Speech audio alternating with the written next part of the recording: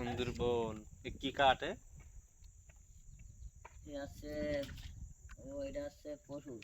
এই বাইন ওইটা বড়টা বাইন কাঠ আর এগুলো সব গোড়ার পুরান কেউ কাঠ তো আসছে না তো কেন বাইদি গেছে মানে জোরে ভাই ঠেলা দে হ্যাঁ বাই বিপদ ওরে ড্রাইভার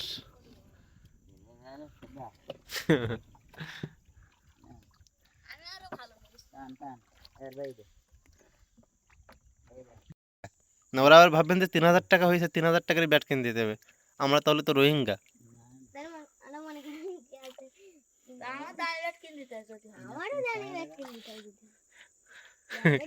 এ ভাই তোমরা যা করতেছো এটা কাঁকড়া তো দূরের কথা আমার মনে হচ্ছে যে কাঁকড়ার বাচ্চাও পড়বে না